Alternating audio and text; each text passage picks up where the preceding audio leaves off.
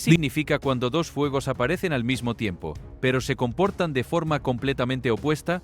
Dentro de una iglesia antigua, una llama sagrada pasa de mano en mano. Lenta, controlada, intencional. A pocos metros afuera, el fuego devora la tierra sin control. Viento, humo, llamas avanzando sin detenerse. Dos fuegos, mismo lugar, naturalezas distintas. Y justo cuando uno comienza a apalarse, otro fenómeno irrumpe sin aviso. Granizo cayendo con violencia. Golpes sobre techos, calles, campos, todo en cuestión de minutos. Cada evento puede explicarse, pero cuando ocurren juntos, la mente busca algo más, porque no es solo lo que pasa, es el momento, la sincronía, el contraste. En este estudio vas a descubrir qué ocurrió realmente, por qué estas señales están llamando la atención, y qué significado muchos creen que podría haber detrás de todo esto. Quédate hasta el final, porque cuando los elementos se alinean de forma inesperada, ignorarlo puede ser un error. Si este mensaje te impacta, dale like y suscríbete. Y comenta, Señor guía y mi corazón. La transición había sido vertiginosa. Hacía apenas un rato, el calor de las llamas dominaba el ambiente. Ahora era el impacto del hielo, del fuego al frío, del ardor al golpe. Para muchos que presenciaron ambos eventos en secuencia, la velocidad del cambio fue lo que resultó más perturbador. No tanto los fenómenos en sí mismos, sino la rapidez con que uno reemplazó al otro, como si algo estuviera marcando el tiempo de manera deliberada. Reportes de tormentas de granizo similares surgieron también desde varios estados de los Estados Unidos en esas mismas semanas, lo que llevó a algunos observadores a preguntar si estaba ocurriendo algo más amplio, algo que no se limitaba a un solo lugar o a una sola región. La ciencia tiene explicaciones para las tormentas severas, inestabilidad atmosférica, choques de masas de aire, condiciones específicas de temperatura y humedad. Pero hay momentos en que la explicación técnica alcanza sus límites, no porque sea incorrecta, sino porque no responde la pregunta que la gente realmente está haciendo. En el libro del Éxodo, el granizo no fue un fenómeno casual. Cayó granizo y fuego mezclado con el granizo. Éxodo 9 y 24, no como conclusión, sino como señal, como una sacudida dirigida a quienes necesitaban detenerse y escuchar. Los eventos de hoy no tienen que interpretarse de la misma manera para que esa resonancia sea válida. Lo que importa es la pregunta que surge naturalmente cuando el entorno cambia sin previo aviso. ¿Qué debo revisar en mi vida mientras el mundo a mi alrededor se mueve tan rápido? Cuando la tormenta cedió, Jerusalén no recuperó su calma habitual. El ruido había parado. Las calles comenzaban a normalizarse. Pero entonces llegó algo distinto. Un sonido que no pertenecía a ningún catálogo conocido. Al principio fue casi imperceptible. Un tono que flotaba en el aire como si viniera de todas partes a la vez y de ningún lugar en particular. No era el rugido de un motor. No tenía el filo corto de una sirena. No poseía la irregularidad del trueno. Era sostenido, resonante y se extendía más allá del punto en que cualquier fuente mecánica habría cesado. Quienes lo escucharon se miraron entre sí buscando confirmación. Algunos levantaron sus teléfonos para grabar el cielo, aunque no había nada visible que filmar. El origen del sonido era inidentificable. Las autoridades militares no ofrecieron explicación. No hubo confirmación oficial de ningún tipo. El sonido simplemente apareció, persistió el tiempo suficiente para que fuera imposible ignorarlo, y luego desapareció, dejando a su paso algo más duradero que el ruido mismo. La incertidumbre, y entonces, mientras la gente todavía procesaba ese sonido, el cielo ofreció algo más. Las nubes comenzaron a adoptar una forma que muchos testigos describieron como una figura humana, con los brazos extendidos, envuelta en una claridad suave y difusa. Desde lejos, la silueta que emergió de la interacción entre la luz y la sombra evocó, para quienes lo vieron, las representaciones tradicionales de Jesús. Algunos lo describieron como una presencia apacible, otros lo encontraron desconcertante. Y aunque la física atmosférica ofrece herramientas para explicar este tipo de ilusiones ópticas, ninguna de esas explicaciones tocó el nervio que ese momento dejó expuesto. Las escrituras asocian el sonido de la trompeta con los grandes anuncios del cielo. El Señor mismo descenderá del cielo con voz de mando, con voz de arcángel y con trompeta de Dios. 1 Tesalonicenses 4 y 16. Para quienes conocen ese texto, El sonido sobre Jerusalén no pasó desapercibido, no como una declaración, sino como una pregunta que se instala lentamente. En un mundo saturado de ruido, ¿seguimos siendo capaces de reconocer cuando algo nos llama a prestar atención? Mientras el cielo sobre Jerusalén absorbía la atención de quienes levantaban los ojos, la tierra decidió reclamar la suya propia. Cerca de la ciudad de David, los arqueólogos sacaron a la luz una caja enterrada que contenía joyería antigua, artefactos de oro y ornamentos tallados con una precisión que desafiaba los siglos. No era la primera vez que ocurría algo así en una región tan saturada de historia, pero el momento en que sucedió, eso fue lo que capturó la imaginación de tanta gente, porque afuera de los muros de excavación, el mundo atravesaba una presión económica creciente, los precios subiendo, las deudas acumulándose, la sensación de que lo cotidiano se volvía cada vez más difícil de sostener. Y en ese contexto, algo que había sido deliberadamente escondido durante una era anterior, de turbulencia, salió a la superficie. Los expertos lo explicaron de manera directa. Los tesoros ocultos son con frecuencia objetos preservados en momentos de conflicto por quienes esperaban regresar por ellos. El tiempo pasó, las generaciones se sucedieron, y lo que quedó enterrado lo hizo hasta que alguien volvió a mover la tierra. Ese contraste tiene un peso particular. Valores que hoy parecen fluctuar semana a semana, mientras objetos sepultados hace siglos emergen intactos, sin que el tiempo haya podido tocarlos. Hay algo en esa imagen que obliga a detenerse. Lo que se cuida con cuidado sobrevive. Lo que se expone sin protección se erosiona. Y lo que parece perdido para siempre a veces simplemente está esperando el momento indicado para ser encontrado. El reino de los cielos es como un tesoro escondido en un campo. Mateo 13 y 44. La parábola no necesita elaboración. En el mundo antiguo, enterrar algo valioso no era un signo de descuido, sino de una confianza particular. La certeza de que algo precioso merecía ser protegido, aunque el portador no pudiera quedarse a vigilarlo. Cuando ese tesoro reaparece siglos después, no solo cuenta la historia de quien lo guardó, sino también la del suelo que lo preservó. La pregunta que se instaló entre quienes siguieron el hallazgo no fue solo histórica, fue más personal. En un momento en que tantas personas sienten que lo que les importa se está perdiendo o degradando, ¿qué significa que algo enterrado durante otra época de crisis regrese precisamente ahora? Durante las noches de Ramadán, un fenómeno diferente comenzó a llamar la atención en Jerusalén. En varios puntos de la ciudad, especialmente durante los momentos de oración, algunos observadores notaron una luz suave e inusual apareciendo en el cielo. No era la iluminación habitual de la ciudad que cubre todo de manera pareja y predecible. Esta luz parecía más focalizada, casi independiente del brillo circundante, como si estuviera señalando áreas específicas en lugar de iluminar el conjunto. Desde el punto de vista físico, los expertos ofrecieron explicaciones que incluyeron reflexiones atmosféricas, partículas en suspensión y los efectos ópticos propios de zonas con alta concentración de luces artificiales a diferentes altitudes. Estas explicaciones son técnicamente válidas, pero lo que le dio peso particular a este fenómeno no fue su naturaleza, sino su timing.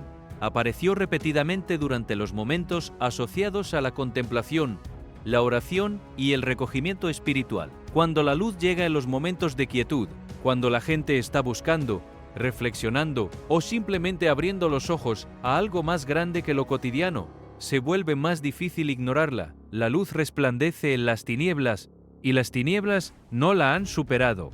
Juan 1:5. Ese versículo no describe un espectáculo, describe una promesa, que incluso cuando todo alrededor parece oscuro o incierto, la luz no retrocede. Aparece justo donde se la necesita, cerca del valle de Hinnom, un lugar que carga en su nombre siglos de historia asociada al juicio y la rebelión. Los relatos que comenzaron a circular no eran los habituales de la arqueología rutinaria. Debajo de capas de tierra rojiza, los investigadores habrían encontrado vasijas antiguas, hojas oxidadas y un pequeño cofre de madera. Lo llamativo no era únicamente la existencia de los objetos, sino su estado de conservación, preservados mucho más allá de lo que el tiempo normalmente permite, como si algo los hubiera mantenido protegidos del proceso natural de descomposición. Pero más inquietantes que los objetos en sí mismos fueron los fragmentos que los acompañaban. Entre los restos había inscripciones que parecían resonar con temas de advertencia extraídos de textos sagrados antiguos. Las marcas, aunque no confirmadas del todo, evocaban los mismos motivos que alguna vez definieron el carácter de ese valle: consecuencias, puntos de inflexión, llamadas al regreso, consecuencias para quienes ignoraron señales que estuvieron frente a ellos, inflexiones en las que el destino de comunidades enteras cambió de dirección, llamadas que llegaron antes de que fuera demasiado tarde, y entonces, casi con la misma velocidad con que la noticia se propagó, el acceso al sitio fue restringido, la excavación fue sellada. La información comenzó a escasear. Lo que había sido descubierto volvió a quedar parcialmente oculto. Esta vez, no bajo la tierra, sino bajo el silencio institucional, dejando atrás una especulación que ningún comunicado oficial se apresuró a resolver. El Valle de Hinnom nunca fue solo una coordenada geográfica, fue un mensaje. Lo que sucedió allí en tiempos bíblicos no se limitó a un conjunto de eventos históricos. Fue una imagen de lo que ocurre cuando las advertencias se ignoran sistemáticamente. Y ahora, en un momento en que luces aparecen en el cielo durante la oración y la tierra revela fragmentos del pasado, algunos comenzaron a formularse una pregunta que no tiene respuesta fácil. ¿Es esto coincidencia? ¿O es un recordatorio de que ciertas verdades siguen vigentes sin importar cuánto tiempo haya pasado, no muy lejos de allí, dentro de uno de los lugares más sagrados de Jerusalén? El tiempo también parecía ceder algo que había guardado celosamente. Durante trabajos de restauración de rutina en la iglesia del Santo Sepulcro, los operarios se toparon con algo que no estaba en ningún plano: una cámara subterránea sellada, escondida bajo capas de piedra antigua. Cuando el espacio fue abierto con cuidado, lo que yacía adentro resultó ser notable por su disposición, no caótica, no accidental, sino ordenada con una intención que los ojos modernos reconocieron de inmediato. Emergió una estructura similar a un sepulcro, simple pero definida, acompañada de lo que parecían ser los restos de un pequeño jardín cerrado. El conjunto no era aleatorio, reflejaba un diseño que se asemejaba estrechamente a la descripción del Evangelio de Juan, donde se menciona un jardín y un sepulcro nuevo juntos en el momento que, para la fe cristiana, define todo lo que vino después, un lugar de pérdida que se convirtió en el punto de partida de la esperanza más antigua del mundo. Sin embargo, apenas la curiosidad comenzó a crecer y los primeros detalles se filtraron hacia afuera, el acceso fue nuevamente restringido. Los detalles se volvieron escasos. El sitio regresó a la quietud vigilada que caracteriza a los lugares en los que la historia y el poder se superponen. Lo que había sido visto brevemente por algunos quedó reducido a fragmentos de información que circularon entre quienes alcanzaron a estar presentes. Desde la perspectiva histórica, Jerusalén es una ciudad construida sobre sí misma, capa a capa, era a era. Las estructuras se superponen, los significados se acumulan, y no es inusual que un trabajo de restauración revele algo que nadie esperaba. Pero para muchos, esto no era simplemente arqueología, era un recordatorio. Un sepulcro sellado que no fue el final de la historia, sino el principio de algo que cambió el mundo. Y ahora, mientras espacios ocultos bajo la ciudad vuelven a abrirse, la pregunta persiste: ¿qué está siendo revelado? ¿Y por qué ahora? Hay algo que sucede cuando los fenómenos extraordinarios se acumulan en un mismo lugar durante un mismo periodo. No se trata simplemente de una suma, se trata de una transformación cualitativa. Lo que comenzó siendo una serie de eventos inusuales pero separables se convierte, en cierto punto, en algo diferente, en una atmósfera, en un estado de cosas que impregna la percepción de quienes habitan ese lugar y de quienes lo observan desde lejos. Jerusalén ha cruzado ese umbral en estas semanas. Ya no se habla de un evento extraño seguido de otro evento extraño. Se habla de una ciudad que se ha convertido en el centro de una conversación global sobre lo que está ocurriendo en el mundo, sobre hacia dónde va y sobre qué tipo de atención merece lo que está pasando en ese punto geográfico y simbólico único. Esta conversación no es nueva. Jerusalén ha sido el centro de conversaciones similares en incontables momentos a lo largo de la historia. Cada vez que la ciudad ha sido asediada, conquistada, reconstruida o sacudida por eventos de gran magnitud, el mundo se ha detenido a mirar, no porque la ciudad sea la más grande, ni la más rica, ni la más estratégicamente importante en el sentido puramente político o económico, sino porque lleva consigo un significado que ninguna de esas categorías puede capturar completamente. Es el lugar donde la promesa y el cumplimiento, el pecado y el perdón, la destrucción y la reconstrucción han ocurrido con una densidad sin paralelo en ningún otro punto del planeta, y esa densidad hace que lo que ocurre allí tenga repercusiones que van mucho más allá de sus fronteras físicas. Cuando los bomberos israelíes luchaban contra el incendio en las colinas, recibieron ayuda de equipos internacionales, no porque Israel no tuviera capacidad de respuesta propia, sino porque hay algo en la idea de que Jerusalén arda que activa en personas de todo el mundo un impulso de protección que va más allá del cálculo estratégico. Se trata de un vínculo afectivo, de una relación con ese lugar que muchas personas sienten sin haber puesto pie en él, simplemente porque sus tradiciones religiosas o culturales han hecho de esa ciudad un punto de referencia fundamental. Las noticias sobre el incendio viajaron más rápido y más lejos que las noticias sobre incendios igualmente devastadores en otros países, precisamente porque el nombre de Jerusalén lleva consigo ese peso acumulado. Este hecho, la manera en que Jerusalén concentra la atención global de manera desproporcionada a su tamaño o a su poder político, es en sí mismo un dato significativo. No hay otra ciudad en el mundo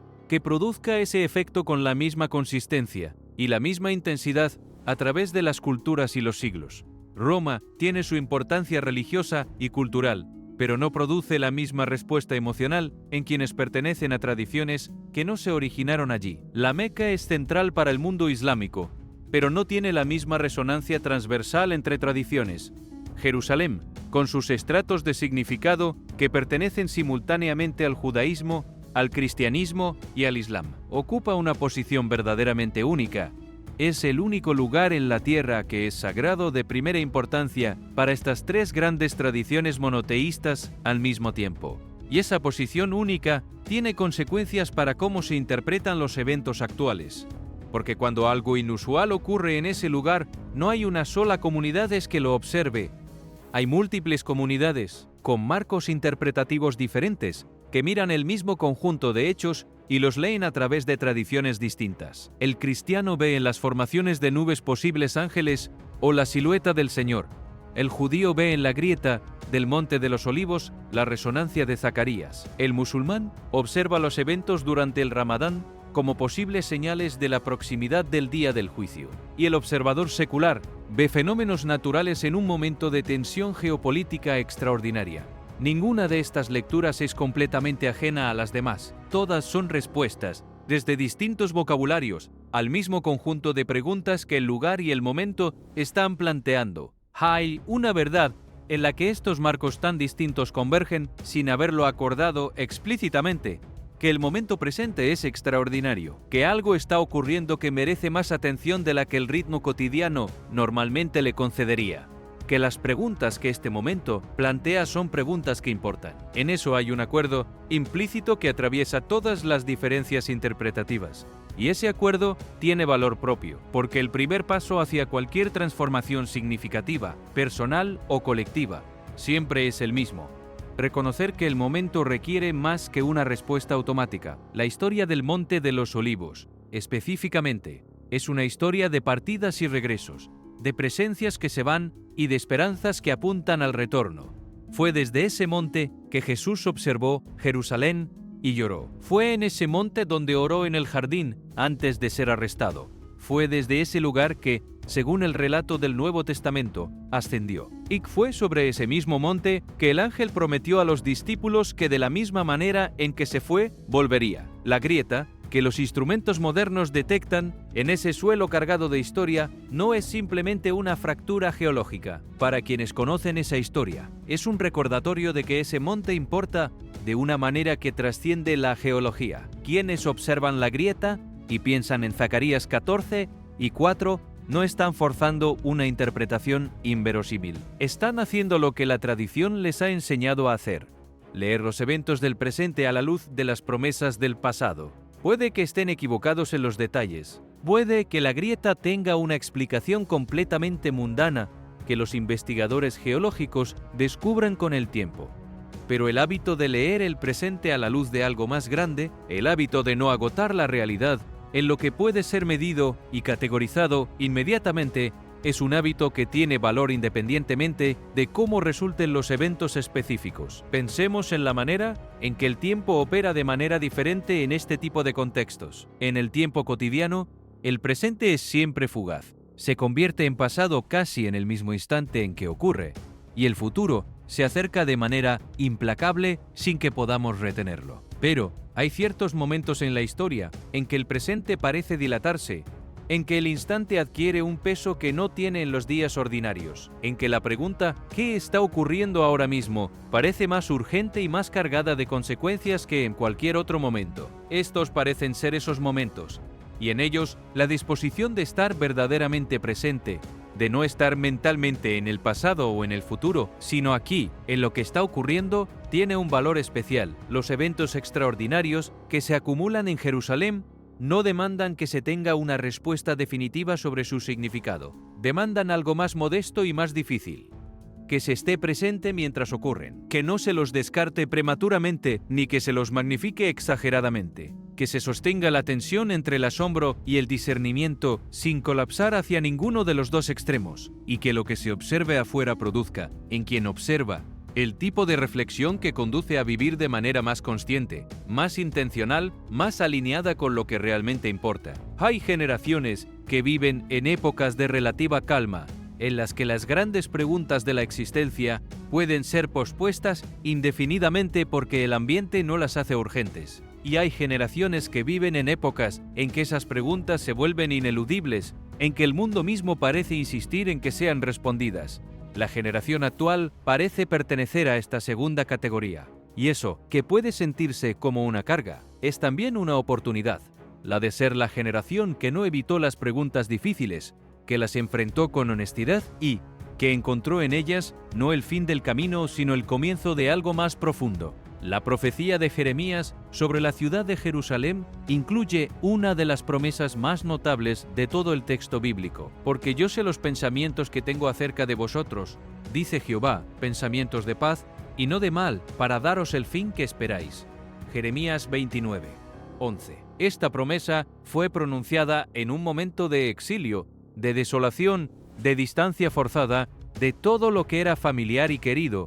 No fue pronunciada en un momento de triunfo, fue pronunciada precisamente cuando el terreno bajo los pies de quienes la escuchaban parecía más inestable. Y eso es, quizás, lo más significativo de ella, que la promesa del futuro bueno llegó en el momento de mayor incertidumbre presente, no cuando todo estaba resuelto. Este es el tipo de promesa que los eventos de Jerusalén, en toda su complejidad, parecen invocar.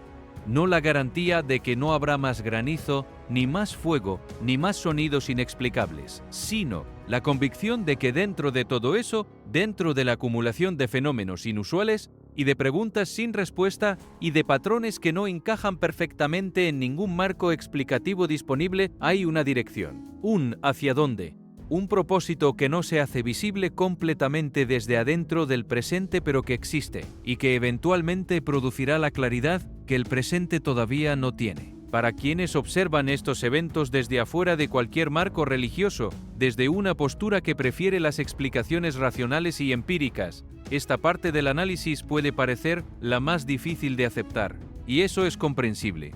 Pero hay algo que incluso desde esa postura puede ser reconocido: que las grandes historias que las civilizaciones han contado sobre sí mismas tienen un poder que va más allá de su verificabilidad empírica. Dan forma a cómo las personas interpretan lo que les ocurre. Determinan qué tipo de respuestas consideran posibles cuando enfrentan circunstancias difíciles. Y en última instancia, contribuyen a determinar qué tipo de civilización construyen. Una sociedad que tiene historias de esperanza y de resurgimiento como parte de su herencia colectiva, tiene recursos diferentes disponibles en los momentos de crisis que una sociedad que no los tiene. La historia del fuego sagrado en la iglesia del Santo Sepulcro que se repite cada año desde el siglo IX sin haber encontrado explicación satisfactoria, es un ejemplo de este tipo de poder. Independientemente de lo que uno crea sobre su origen, el hecho de que ese fenómeno haya convocado a peregrinos de todo el mundo durante más de 1000 años, de que haya inspirado cuentas de testigos desde el escepticismo más declarado hasta la fe más fervorosa, y de que siga siendo inexplicable para quienes lo estudian con los instrumentos científicos disponibles, dice algo sobre la naturaleza de la experiencia humana que va más allá del debate teológico. Hay algo en ese fuego que llama algo en las personas, y ese llamado, cualquiera sea su origen, produce en quienes lo responden un movimiento hacia lo trascendente que tiene consecuencias reales en cómo viven. Los arqueólogos que trabajan bajo Jerusalén, los sismólogos que monitorean el suelo del Monte de los Olivos, los meteorólogos que estudian los patrones de nubes y las tormentas de granizo, los investigadores que analizan las grabaciones de sonidos inexplicables. Todos ellos están, a su manera, haciendo lo mismo que los peregrinos que se congregan en la iglesia del Santo Sepulcro. Están mirando con atención, están tomando en serio lo que observan.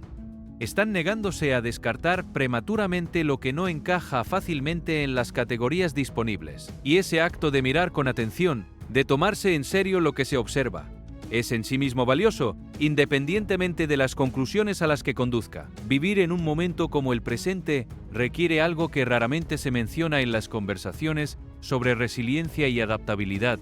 Requiere la capacidad de tolerar la ambigüedad, estar con lo que no está resuelto sin necesitar resolverlo antes de que sea tiempo, de mantener las preguntas abiertas sin que esa apertura se convierta en parálisis. Esta capacidad, la de habitar la incertidumbre sin ser destruido por ella, es quizás la habilidad más importante que el presente demanda. Y es también, notablemente, una de las que la tradición bíblica desarrolla con más consistencia a lo largo de sus textos. El libro de Job, los Salmos de Lamentación, las epístolas de Pablo, desde la prisión, todos son documentos sobre cómo habitar la incertidumbre sin perder la orientación fundamental. Lo que estos textos ofrecen no son respuestas a todas las preguntas. Ofrecen algo diferente y, en ciertos sentidos, más valioso. La evidencia de que otros han estado en ese lugar antes, que la sensación de estar en el borde de algo que no se comprende completamente, de enfrentar circunstancias que superan los marcos disponibles, de buscar sentido en eventos que parecen resistir la interpretación ordenada, es una experiencia humana antigua y universal. No un fracaso del entendimiento, sino una condición de la existencia, y que en esa condición es posible encontrar no solo la resistencia para continuar, sino la profundidad que solo llega cuando se ha estado en ese lugar, cuando se observan estos eventos en conjunto, cuando se colocan uno al lado del otro, sin apresurarse a sacar conclusiones. Algo emerge que va más allá de cada uno de ellos por separado. Hay patrones, no en el sentido de una fórmula matemática o de una conspiración trazada en un tablero, sino en el sentido de que ciertos temas reaparecen una y otra vez en maneras que invitan a la reflexión. No como veredictos, como espejos. El primero de esos patrones es el contraste entre lo controlado y lo imprevisible. Una llama sagrada pasada de mano en mano con cuidado absoluto, mientras afuera el fuego se propaga sin autorización. Una lluvia que cae de manera ordenada en una estación y una tormenta de granizo que irrumpe de golpe en otra. El interior de una iglesia mantenido en silencio devoto mientras los sonidos del mundo exterior se vuelven cada vez más caóticos. Esta tensión entre lo que podemos gobernar y lo que nos supera no es nueva. Es, en cierta manera, la condición permanente de la existencia humana. Pero hay momentos como estos, en que esa tensión se vuelve visible con una nitidez particular, como si el mundo estuviera insistiendo en que la veamos. Las antiguas palabras del libro de Proverbios abordaron esta misma tensión con una economía de palabras que sigue siendo difícil de mejorar miles de años después. Mejor es el que tarda en airarse que el fuerte, y el que se enseñorea de su espíritu que el que toma una ciudad. Proverbios 16 y 32. Hay una razón por la que este versículo ha sobrevivido tanto tiempo, porque describe algo que cada generación tiene que aprender de nuevo. No existe un periodo en la historia humana en que el autocontrol no haya sido más valioso que la fuerza bruta. No existe una época en que gobernar el propio interior no haya sido más difícil y más necesario que gobernar cualquier territorio exterior. ¿Qué significa esto en la práctica, en el tipo de vida que la mayoría de las personas llevan cada día? Significa que el fuego que más importa no es el que arde en una colina, sino el que arde dentro de nosotros mismos. Significa que cuando la presión llega desde afuera, cuando los eventos se acumulan y el ambiente se vuelve denso e impredecible, el primer territorio que necesita estabilidad no es el mundo, sino el corazón de cada persona. Un corazón que no ha cultivado la quietud en tiempos tranquilos no va a encontrarla fácilmente cuando todo a su alrededor se acelera. La disciplina interna no es algo que se improvisa en el momento de la crisis, es algo que se construye lentamente en los momentos ordinarios. Y aquí está el desafío real de este patrón.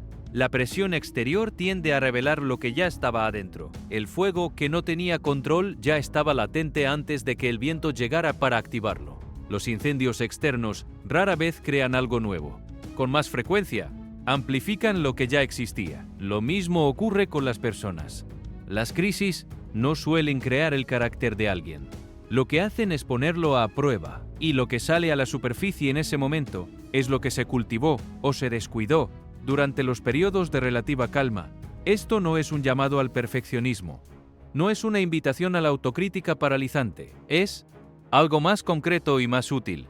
Es una invitación a construir, de manera deliberada, los recursos internos que se van a necesitar cuando las circunstancias externas se vuelvan inestables. Paciencia no como resignación pasiva, sino como la capacidad activa de no reaccionar antes de pensar. Claridad no como la ausencia de dudas, sino como la habilidad de distinguir lo urgente de lo importante incluso cuando el ruido de alrededor es ensordecedor. Estas no son virtudes abstractas, son herramientas prácticas para un mundo que, como Jerusalén en estos días, se mueve más rápido de lo que los reflejos humanos pueden seguir con comodidad.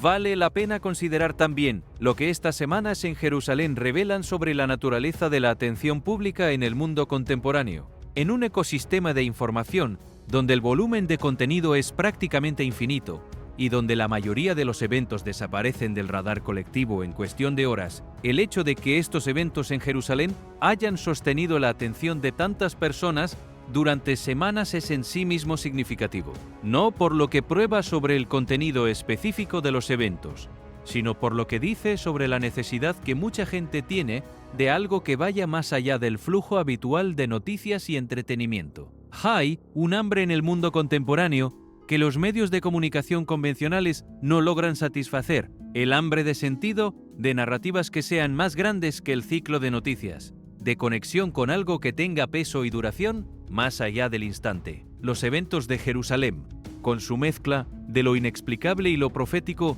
de lo físico y lo espiritual, de lo local y lo universal, ofrecen algo que responde a ese hambre. No de manera perfecta, no sin ambigüedad, pero de manera genuina. Y esa respuesta, imperfecta y ambigua como es suficiente para sostener la atención de millones de personas que de otra manera habrían seguido desplazándose por su pantalla hacia el siguiente contenido disponible. Esto dice algo importante sobre lo que las personas realmente buscan, incluso cuando no saben exactamente cómo nombrarlo. Buscan profundidad, buscan preguntas que valga la pena hacerse, buscan conexión con algo más permanente que la tendencia del momento. Y cuando algo ofrece eso, aunque sea imperfectamente, aunque sea mezclado con incertidumbre y controversia, la atención que recibe revela algo sobre las necesidades más profundas de quienes la prestan. Pensemos también en lo que significa habitar ese espacio intermedio entre el fuego interior y el fuego exterior. No es un espacio cómodo, exige presencia, exige atención, exige la disposición a no disociarse de lo que ocurre afuera, pero tampoco a ser arrastrado por ello. Es el espacio donde la persona que ha cultivado su interior puede actuar desde un lugar de elección y no de reacción. Puede ver el fuego afuera, reconocer su naturaleza, evaluar lo que requiere y responder desde la claridad en lugar de desde el miedo. Esa capacidad no se desarrolla durante el incendio, se desarrolla en los días tranquilos, cuando el viento no sopla y las llamas no amenazan.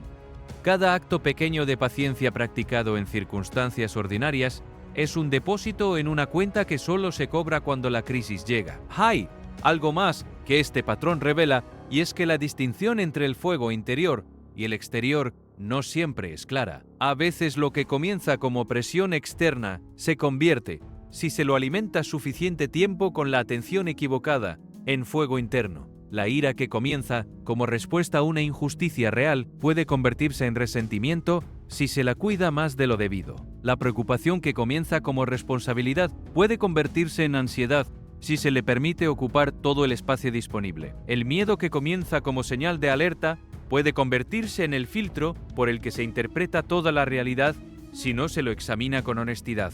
El fuego, en definitiva, no distingue entre adentro y afuera, solo distingue entre lo que lo alimenta y lo que no. El segundo patrón que emerge de estos eventos es la velocidad de los cambios.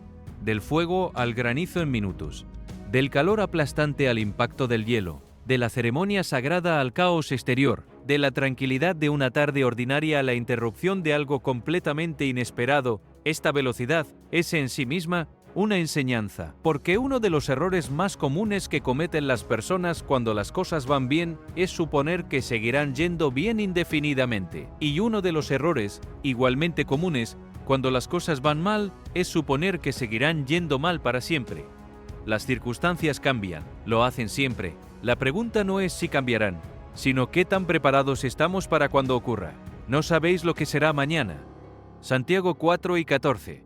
Esa frase no es fatalista, no está diseñada para hundir a nadie en la ansiedad existencial. Es en su sentido más práctico, una invitación a soltar el tipo de control que nunca estuvo disponible. Nadie supo ese día en Jerusalén que la tormenta de granizo iba a llegar. Nadie planeó su jornada en torno a esa posibilidad. Y sin embargo, llegó.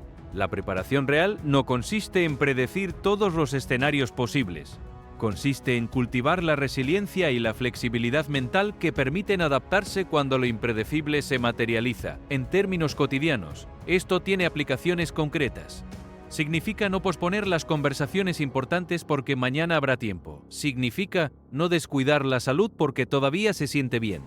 Significa no ignorar las señales de tensión en una relación porque la situación todavía es manejable. Significa, en definitiva, vivir con una conciencia suave, pero constante de que las condiciones del mundo no garantizan la estabilidad. Lo que garantiza la estabilidad no son las circunstancias externas, sino los principios internos que guían las decisiones cuando las circunstancias cambian.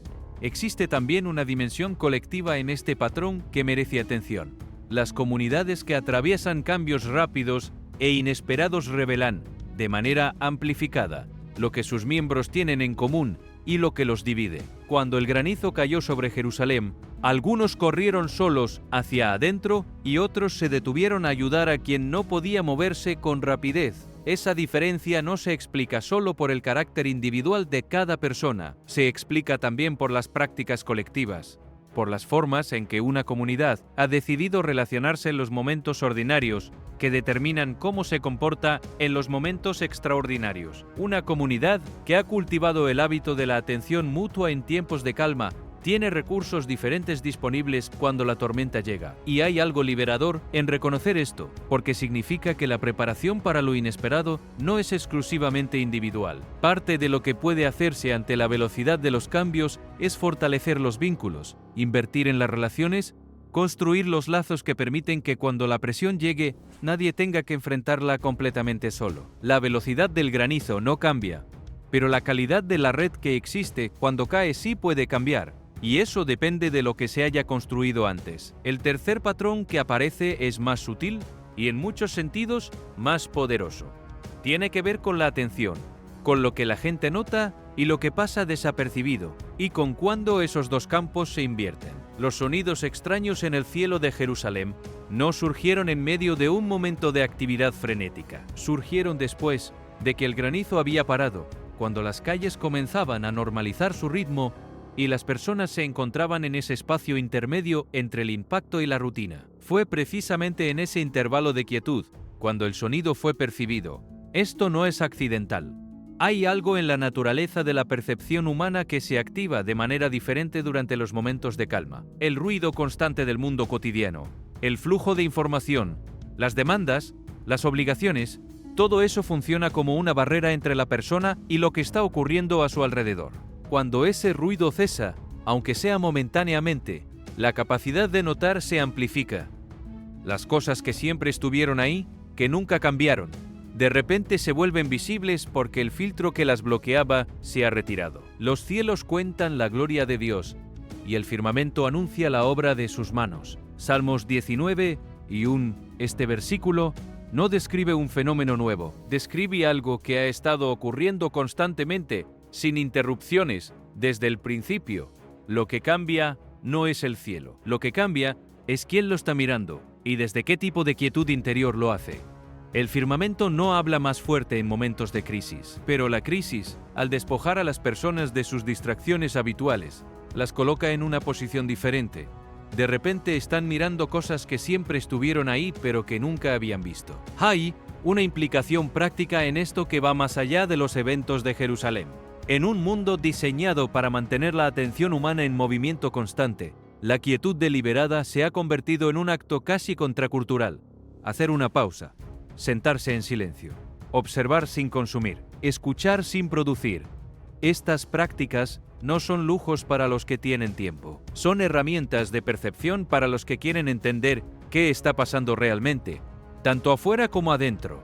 Los eventos extraordinarios de Jerusalén llamaron la atención de miles de personas, pero quizás el llamado más profundo no era a ver lo que estaba ocurriendo en el cielo, sino a desarrollar el tipo de atención que permite notar lo que siempre ha estado presente, esperando ser visto. Existe una paradoja en la relación entre la atención y la información. Vivimos en la era con más acceso a datos que cualquier generación anterior, y al mismo tiempo somos probablemente menos atentos a lo que ocurre a nuestro alrededor que en cualquier momento previo. No porque seamos menos inteligentes o menos curiosos, sino porque la cantidad de estímulos disponibles ha superado con creces la capacidad del sistema nervioso de procesarlos todos con profundidad. El resultado es una atención superficial, repartida en fragmentos, que toca muchas cosas sin quedarse en ninguna el tiempo suficiente para comprenderla de verdad. Los sonidos del cielo de Jerusalén fueron percibidos en el instante en que el ruido habitual se detuvo,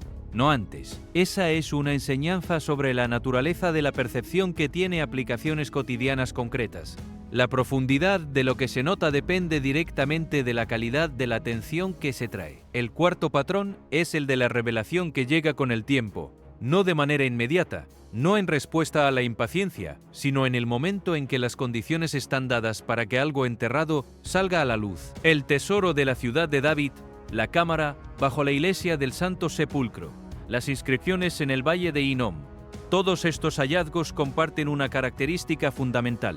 Estaban ahí antes, mucho antes. El tiempo no los creó, simplemente los conservó hasta que llegara el momento en que las circunstancias adecuadas, la tecnología apropiada o el proceso histórico indicado los hicieran accesibles de nuevo. Gloria de Dios es encubrir un asunto, pero honra del rey es escudriñarlo. Proverbios 25, 2. Hay un tipo de sabiduría en este proverbio que el mundo moderno, acostumbrado a la gratificación inmediata, tiende a resistir. La idea de que algo puede estar deliberadamente oculto, no por malicia, sino porque aún no es el momento para que sea comprendido, es difícil de aceptar para una cultura que espera que cualquier pregunta tenga respuesta en segundos. Pero la realidad de la vida humana, como la de la arqueología, es que las comprensiones más profundas rara vez llegan de inmediato. Se acumulan, se construyen, y cuando finalmente emergen, llevan consigo el peso de todo el tiempo que estuvieron esperando. En la vida cotidiana, esto toma formas que la gente reconoce, aunque no siempre le ponga palabras. La persona que trabajó durante años en algo que parecía no dar frutos, y que un día descubrió que cada uno de esos pasos había sido necesario para llegar al punto donde se encontraba. La relación que pasó por un periodo de aparente estancamiento y luego emergió con una profundidad que no habría sido posible sin esa travesía. El proceso de sanar una herida antigua que sigue su propio calendario, sordo a las presiones externas sobre cuándo debería estar terminado. La verdad, en muchos de estos casos, no llega cuando la pedimos. Llega cuando estamos listos para recibirla, o cuando el suelo que la sostenía ya no puede seguir conteniéndola. Esto no significa pasividad. No es una invitación a sentarse y esperar a que las respuestas caigan del cielo. Es, más bien, una invitación a combinar la acción diligente con la disposición a no forzar el tiempo, hacer el trabajo, mantener el compromiso y confiar en que lo que está siendo cultivado en silencio tiene su propio ritmo de maduración que no necesita ser acelerado artificialmente para ser genuino. La experiencia del tiempo como algo que trabaja a favor y no en contra es una de las comprensiones más difíciles de sostener cuando se está en medio de la dificultad, porque desde adentro del momento difícil, el tiempo se siente como un factor que agrava la situación, que acumula la presión sin producir la resolución esperada. El agricultor que ve sus campos ardiendo no experimenta el tiempo como aliado, lo experimenta como testigo indiferente de su pérdida. Y sin embargo, las historias que han sobrevivido más tiempo son las historias de quienes encontraron la manera de relacionarse con el tiempo de manera diferente, de verlo no como el espacio donde se acumula el daño, sino como el espacio donde se hace posible la restauración. No porque el tiempo repare todo automáticamente, sino porque el tiempo, cuando se lo atraviesa con integridad, construye algo que el instante de la crisis no puede construir.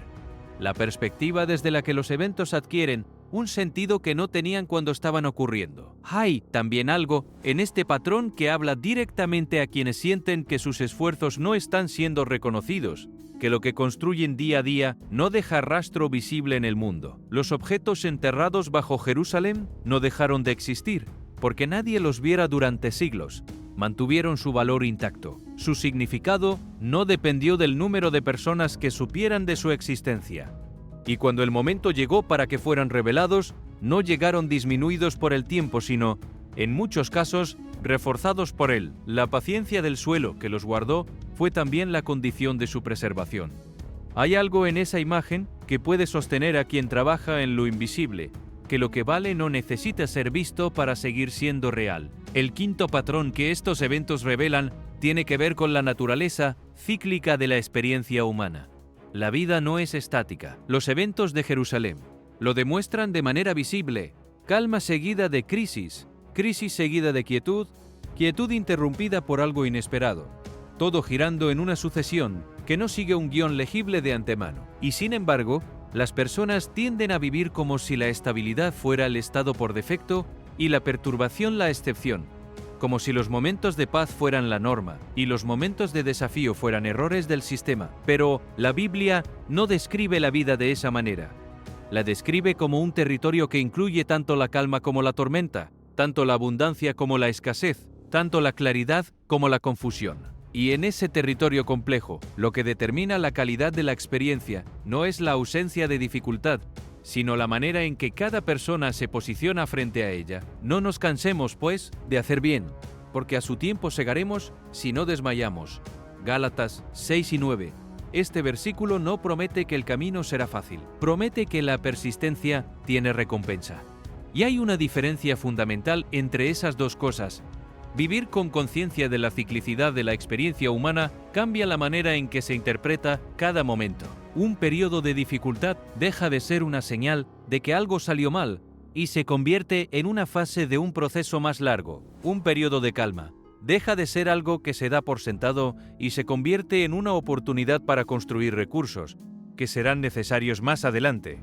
Y un momento de transición como los que Jerusalén ha estado experimentando deja de ser simplemente desconcertante y empieza a ser reconocido como lo que siempre ha sido: una invitación a prestar atención, a ajustar el curso y a seguir adelante con más sabiduría que antes. La sexta y última lección que emerge de estos patrones es la de la resistencia como valor en sí misma y no como efecto secundario de alguna otra virtud más admirada. En una cultura que glorifica la velocidad, la novedad y el espectáculo, la resistencia callada, la fidelidad que no reclama atención, el compromiso que se mantiene cuando nadie está mirando, pasa fácilmente desapercibida. Y sin embargo, es precisamente esa resistencia la que sostiene lo que vale la pena sostener cuando los momentos extraordinarios llegan. Los árboles que sobreviven las tormentas más violentas no son los más altos ni los más vistosos, son los que tienen las raíces más profundas, y las raíces profundas no se desarrollan en los momentos de tormenta, se desarrollan en los meses y años de crecimiento tranquilo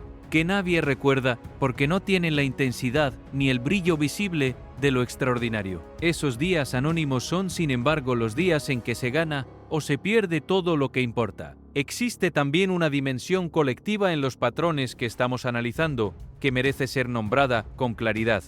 Cuando una comunidad entera ha cultivado el hábito de la atención al prójimo, cuando las personas que la componen han practicado en los momentos ordinarios la disposición de ver al otro y de responder a lo que ven, esa comunidad tiene una capacidad de respuesta ante la crisis que ningún protocolo de emergencia puede reemplazar completamente.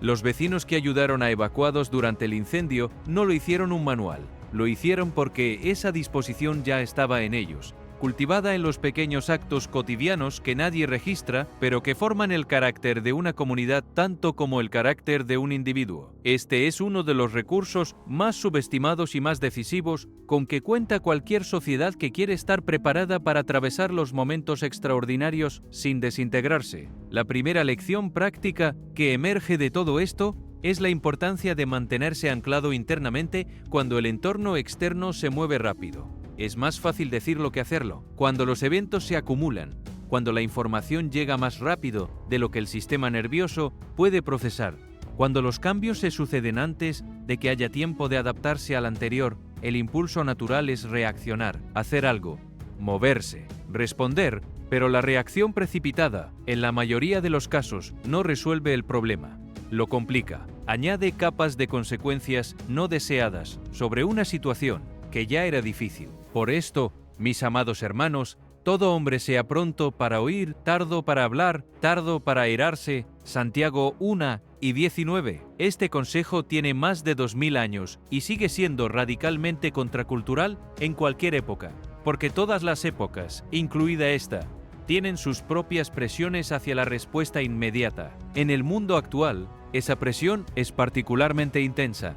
Las redes sociales recompensan la velocidad, las noticias premian al que habla primero, y la cultura de la opinión instantánea hace que el silencio meditativo parezca, por momentos, casi sospechoso, pero la velocidad de respuesta y la calidad de respuesta rara vez van de la mano. Las decisiones tomadas en el calor del momento, sin el tiempo necesario para que la información se asiente y la perspectiva se forme, con mucha frecuencia tienen que ser revisadas, deshechas o reparadas después. El costo de ese ciclo, tanto en energía como en relaciones como en recursos, es casi siempre mayor que el costo de haberse detenido a pensar antes de actuar. La paciencia no es la ausencia de acción, es la decisión de actuar en el momento adecuado, con la información correcta, desde un lugar de claridad y no de miedo o impulso.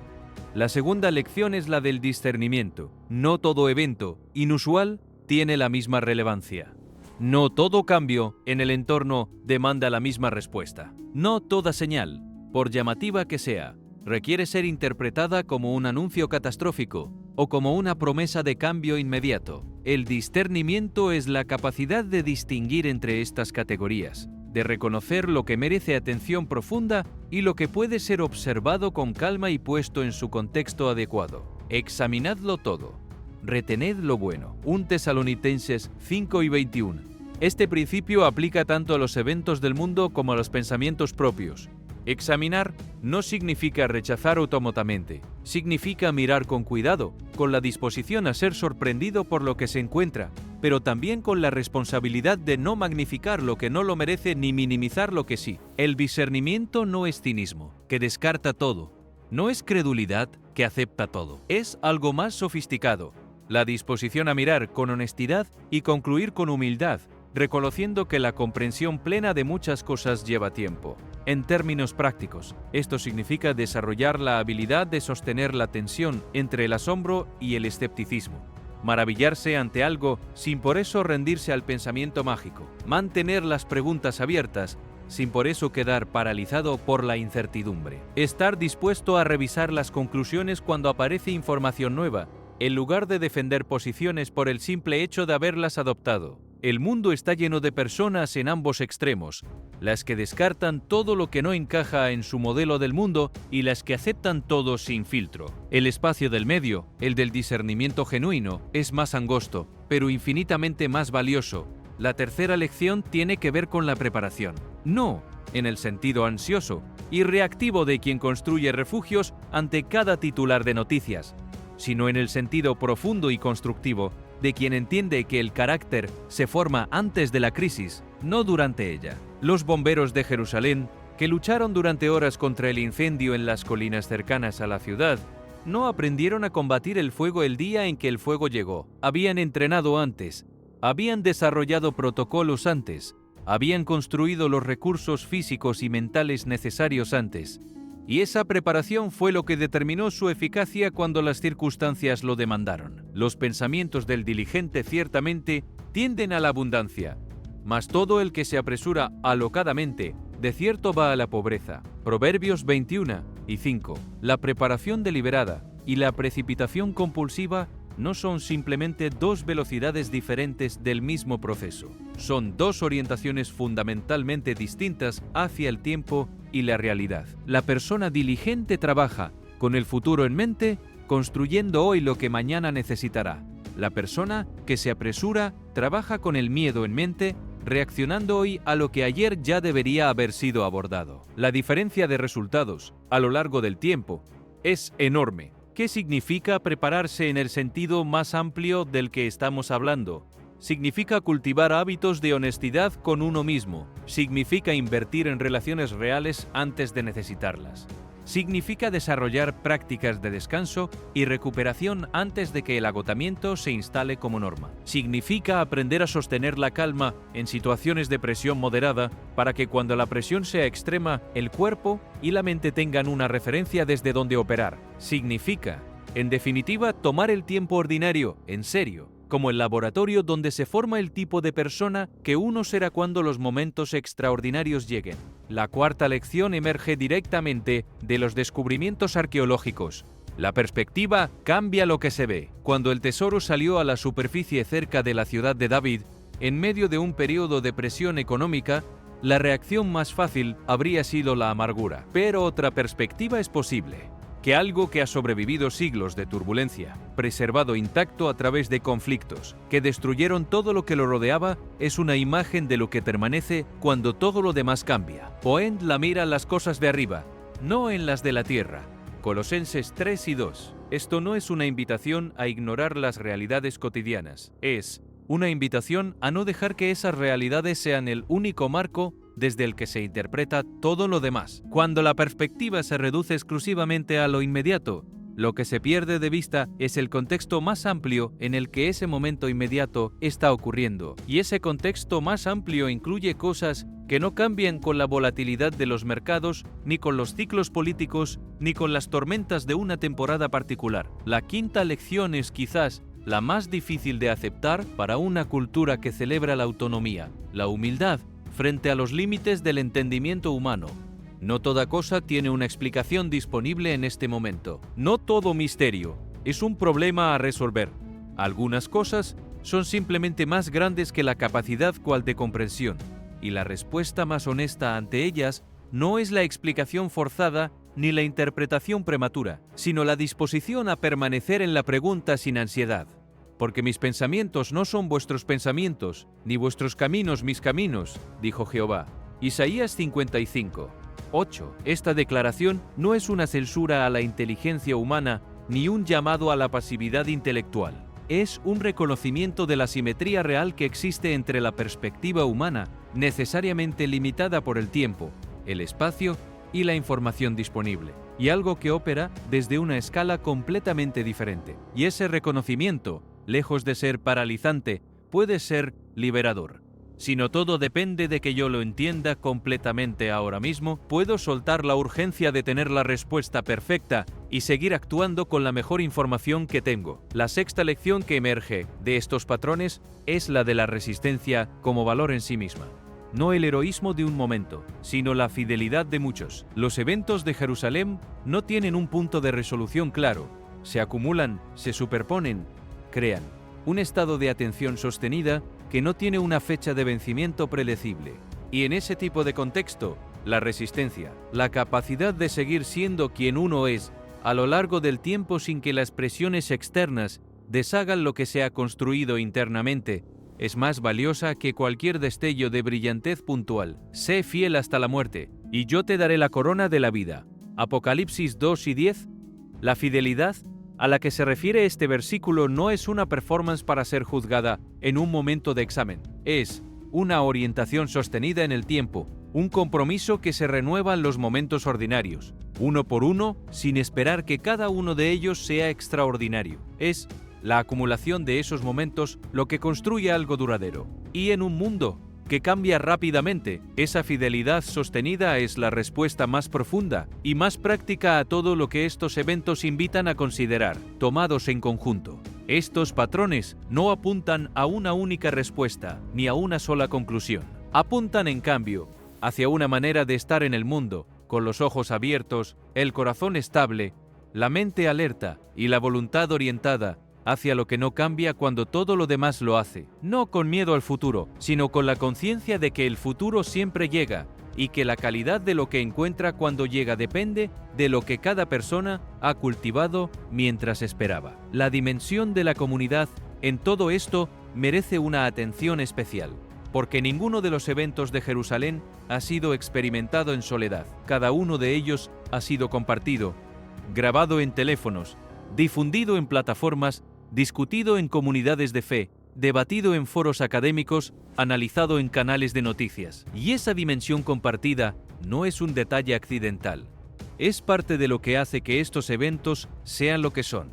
Un sonido inexplicable escuchado por una sola persona en una calle desierta de Jerusalén habría sido, a lo sumo, una anécdota. El mismo sonido escuchado por cientos de personas simultáneamente, grabado desde múltiples ángulos, comparado con reportes similares de otras ciudades, se convierte en algo completamente diferente. Se convierte en un fenómeno colectivo.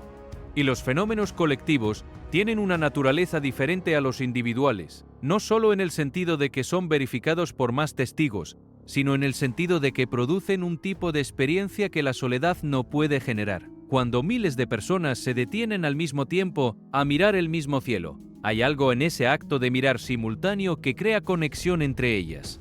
Una conciencia compartida de que algo está ocurriendo que merece atención. Una comunidad de observación que en sí misma es un evento, independientemente de lo que estén observando. Esta es la dimensión más difícil de capturar en el análisis, pero posiblemente la más significativa, que estos eventos han creado momentos de atención colectiva en un mundo que raramente encuentra razones para mirar en la misma dirección. Las tradiciones religiosas han entendido durante mucho tiempo el valor de la atención colectiva. Los rituales, las celebraciones, los días de ayuno y de fiesta, tienen entre sus funciones más importantes la de crear esos momentos en que una comunidad entera se detiene para mirar en la misma dirección, para recordar lo mismo, para renovar el compromiso con los mismos valores. Esta función no desaparece en el mundo moderno, se vuelve, si acaso, más necesaria porque el mundo moderno tiene pocas estructuras que produzcan ese tipo de convergencia de manera espontánea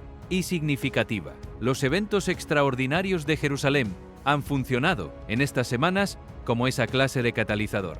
Han creado momentos de atención colectiva que atraviesan fronteras culturales, religiosas y geográficas. La pregunta que esto plantea no es solamente teológica, sino sociológica y psicológica.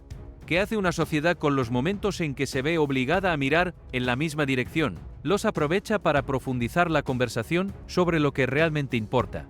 ¿O los deja pasar, consumiéndolos como contenido mediático y pasando rápidamente al próximo evento que reclame la atención? La respuesta a esa pregunta determina en gran medida si estos momentos tienen un impacto duradero en la vida de las personas que los experimentan, o si quedan simplemente como experiencias momentáneas sin consecuencias para la manera en que se vive. Hay, en las Escrituras, una imagen que captura algo de esto, con una precisión notable. La imagen de los ojos del Señor que recorren toda la tierra buscando a aquellos cuyo corazón está completamente comprometido con Él para mostrarles su fortaleza. La imagen no es la de un Dios que espera en un lugar fijo hasta que las personas vengan a Él. Es la de una presencia que está activamente buscando, que se mueve, que observa, que identifica y responde. Y lo que identifica, lo que reconoce y a lo que responde no es la perfección ni el historial de logros. Es el compromiso del corazón, la orientación, la disposición a estar genuinamente presentes en la relación. Esta imagen tiene implicaciones profundas para cómo se interpreta la propia vida en relación con los eventos de Jerusalén, porque sugiere que la pregunta relevante no es tanto qué señal específica está enviando el cielo, sino qué tipo de corazón está mirando hacia el cielo. Sí, lo que se observa en Jerusalén produce, en quien observa, un movimiento del corazón, hacia la honestidad, hacia la atención, hacia el compromiso genuino con lo que se dice creer.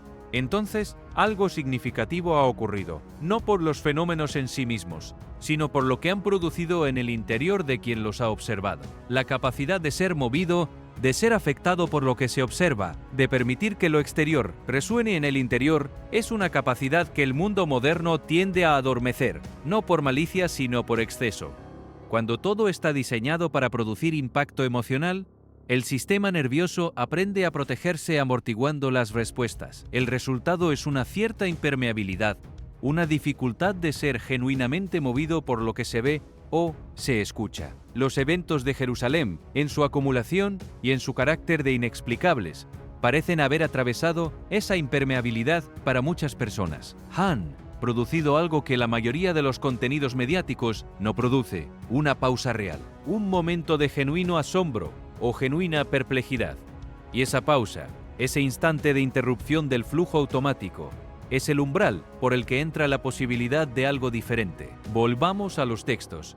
Hay uno que no ha sido mencionado todavía y que es, en ciertos sentidos, el más relevante para el momento actual. En el libro del Apocalipsis, Juan describe su visión desde la isla de Patmos, un hombre en exilio mirando hacia algo que lo supera por completo. Y en medio de esa visión de fenómenos que desafían toda descripción ordinaria, hay un momento de quietud extraña. Silencio en el cielo por espacio de media hora. Entre trompeta hay trompeta, entre señal y señal hay un intervalo de silencio que no es vacío sino cargado, como el momento entre el granizo y el sonido inexplicable, como el intervalo entre el descubrimiento arqueológico y la comprensión de lo que significa, como el espacio entre la pregunta y la respuesta que todavía no ha llegado. En ese silencio, en ese intervalo cargado, es donde la mayor parte de la vida espiritual genuinamente ocurre, no en los momentos de fenómenos extraordinarios que capturan la atención de todos, sino en los momentos de quietud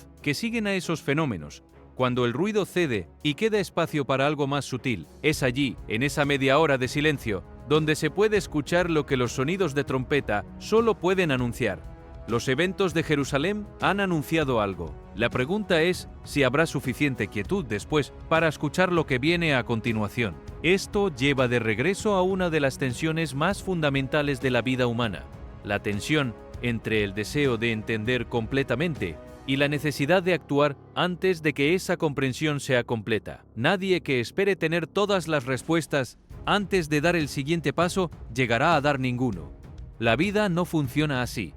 Las comprensiones llegan mientras está en movimiento, no como condición previa al movimiento. José no esperó entender el plan completo antes de actuar con integridad dentro de la cisterna, y luego en la casa de Potifar, y luego en la cárcel. David no esperó entender el plan completo antes de seguir huyendo de Saúl mientras componía salmos desde las cuevas. La fidelidad, en estos relatos, nunca fue la respuesta a la certeza. Fue la respuesta a la incertidumbre. Esta es la postura que los eventos de Jerusalén, en toda su densidad acumulada, parecen invitar: la de continuar de manera fiel y atenta, sin esperar que el horizonte se aclare completamente antes de dar el próximo paso. Hay cosas que solo se comprenden en retrospectiva. Hay conexiones que solo son visibles cuando se está suficientemente lejos del momento. Hay sentidos que solo emergen después de que la historia ha seguido su curso. Y mientras tanto, la tarea es la misma que siempre ha sido: vivir con integridad, tratar a los demás con justicia, no perder de vista lo que verdaderamente importa y confiar en que lo que no puede ser visto desde adentro del presente será eventualmente visible desde la perspectiva del tiempo. Dentro de estas palabras antiguas que los eventos de Jerusalén han vuelto a hacer relevantes, hay algo que va más allá del análisis de patrones o de la reflexión filosófica. Hay historias. Y las historias son, quizás, la forma más poderosa en que la sabiduría se transmite de una generación a otra, porque no describen principios en abstracto. Los encarnan en personas reales que enfrentaron circunstancias reales y que encontraron circunstancias reales a través de ellas, algo que no pudieron haber encontrado de otro modo. Antes de entrar en las historias individuales que la tradición ha preservado como recursos para momentos de crisis, vale la pena detenerse a considerar por qué las historias funcionan de una manera que los principios abstractos no pueden. Cuando alguien enfrenta una situación de incertidumbre genuina, los principios del tipo confía en el proceso o todo pasa por algo tienen muy poco poder. Son frases que el cerebro reconoce y descarta casi simultáneamente, porque no tienen suficiente peso para sostener a alguien que está atravesando algo real. Las historias funcionan de manera diferente. Una historia tiene personajes, tiene un arco, tiene un momento de crisis y un momento de giro. Y cuando alguien que está en su propio momento de crisis escucha una historia cuyo personaje central también estuvo en un momento de crisis, algo diferente ocurre.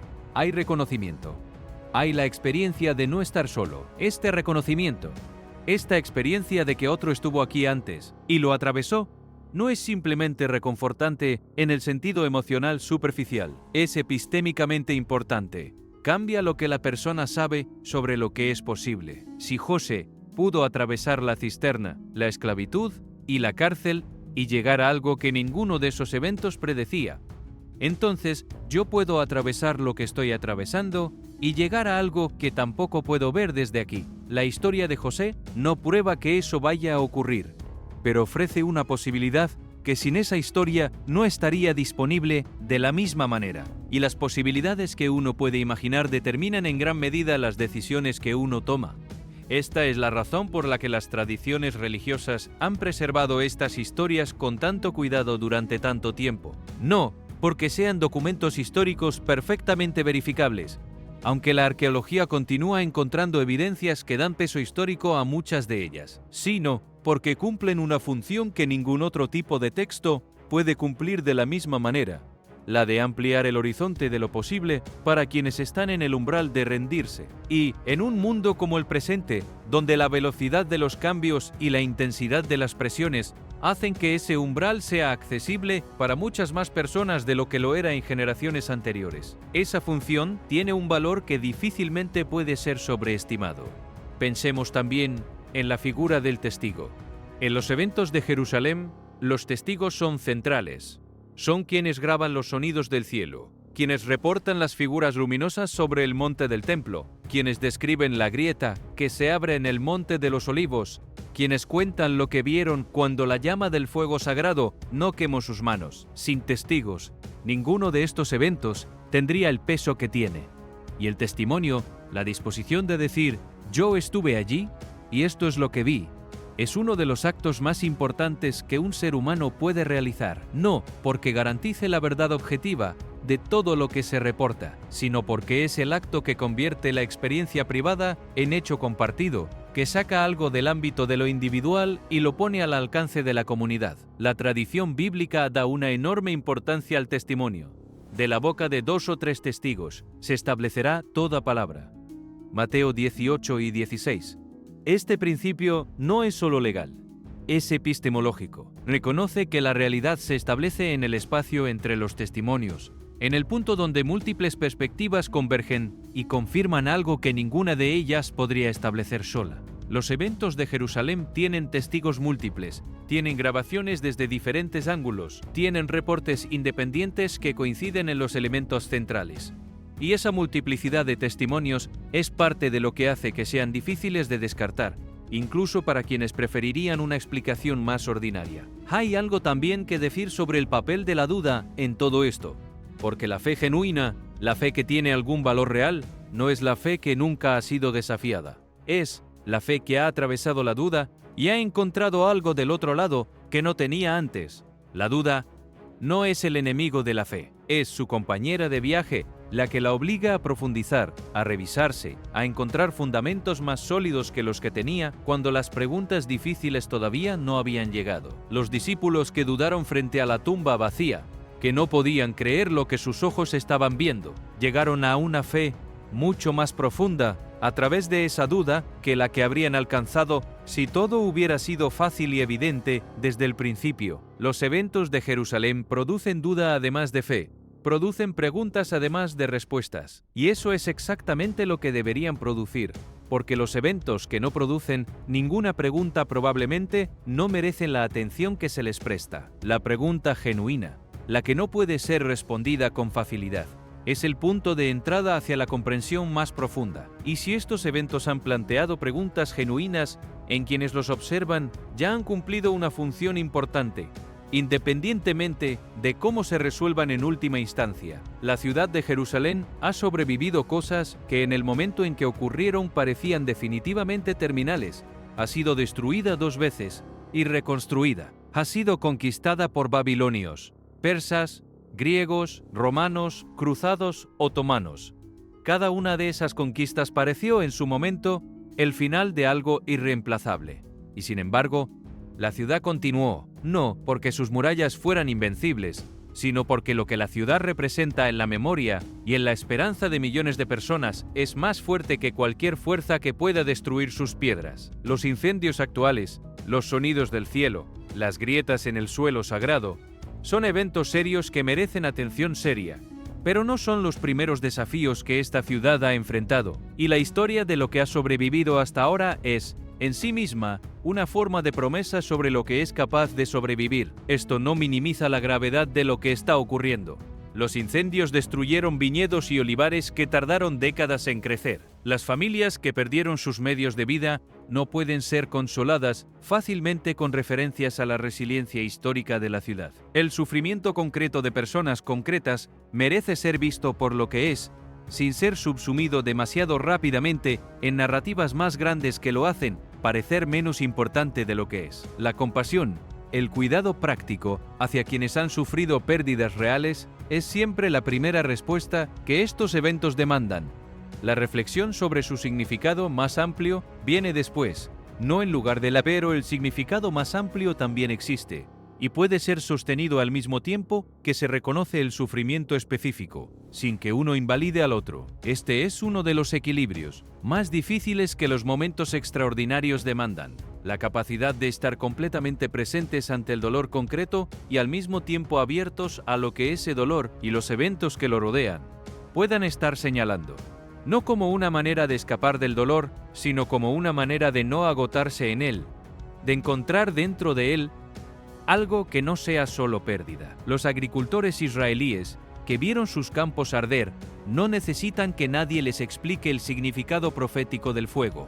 Necesitan ayuda para reconstruir. Y al mismo tiempo, la imagen de campos que arden y luego son replantados es una de las imágenes más antiguas y más poderosas de la tradición de ese pueblo. La destrucción y la reconstrucción, la pérdida y el regreso, el exilio y la restauración. Estos son los ritmos sobre los que se ha escrito gran parte de la Biblia hebrea. Y esa tradición, ese vocabulario de resistencia y esperanza construido sobre generaciones de experiencia real con la pérdida y la reconstrucción, es también un recurso disponible para quienes la conocen. La historia de José es, en ese sentido, una de las más desconcertantes y más esperanzadoras que existen. No porque sea fácil, sino porque no lo es. Un hombre traicionado por sus propios hermanos, vendido como esclavo en tierra extranjera, acusado injustamente y encarcelado, pasó años en condiciones que habrían justificado el resentimiento, la amargura o simplemente la resignación al papel de víctima permanente. Y sin embargo, a través de cada una de esas etapas, algo en él se mantuvo intacto. No su situación, que fue degradándose antes de mejorar, sino su carácter, su disposición a hacer bien lo que había para hacer, en el lugar donde estaba, con lo que tenía. El desenlace de esa historia es conocido. José llegó a una posición de liderazgo en Egipto que ninguno de sus hermanos habría podido prever el día que lo vendieron. Y cuando finalmente tuvo ante sí a quienes le habían causado tanto daño, lo que salió de su boca no fue el inventario de las injusticias recibidas. Vosotros pensasteis mal contra mí, mas Dios lo encaminó a bien. Génesis 50. 20. Hay generaciones enteras que han encontrado en esa frase el punto de apoyo que necesitaban para seguir adelante cuando la historia de su propia vida no tenía todavía un final visible. La experiencia de Elías habla de algo diferente, del agotamiento que llega después del esfuerzo sostenido, cuando el cuerpo y el espíritu han dado todo lo que tenían y todavía el trabajo no está terminado. El profeta que enfrentó con valentía a los sacerdotes del Baal en el Monte Carmelo el mismo hombre que oró y vio caer fuego del cielo, llegó a un punto en que lo único que quiso fue que todo terminara. Se retiró, se sentó bajo un árbol y dijo lo que tantas personas han pensado pero pocas se han atrevido a decir en voz alta, que era suficiente, que ya no podía más. La respuesta que recibió no fue un sermón, no fue una lista de razones por las que debía levantarse y seguir. Fue comida, fue descanso, fue tiempo para recuperarse. Y luego, en el silencio que vino después de la tormenta, del viento, del terremoto, llegó algo inesperado, no el espectáculo de la fuerza divina que quizás habría esperado, sino un susurro quieto. Después del fuego vino una voz apacible y delicada. 1 Reyes 19 y 12. Algunas de las fortalezas más reales no llegan a través de los momentos de alta intensidad. Llegan en las pausas, en la quietud deliberada, en el permiso de descansar antes de continuar. Ruth representa algo diferente otra vez, la decisión de seguir adelante cuando todas las razones para hacerlo han desaparecido. Había perdido a su esposo, había perdido la estabilidad de una vida construida, había perdido el horizonte claro de lo que vendría después. Y en ese punto de quiebre, hizo una elección que no tenía ninguna garantía de resultado visible. Quedarse, acompañar, trabajar con lo que había, en el lugar donde estaba, para las personas que le importaban. A donde tú fueres, iré yo, y donde quiera que vivieres, viviré. Ruth 1 y 16.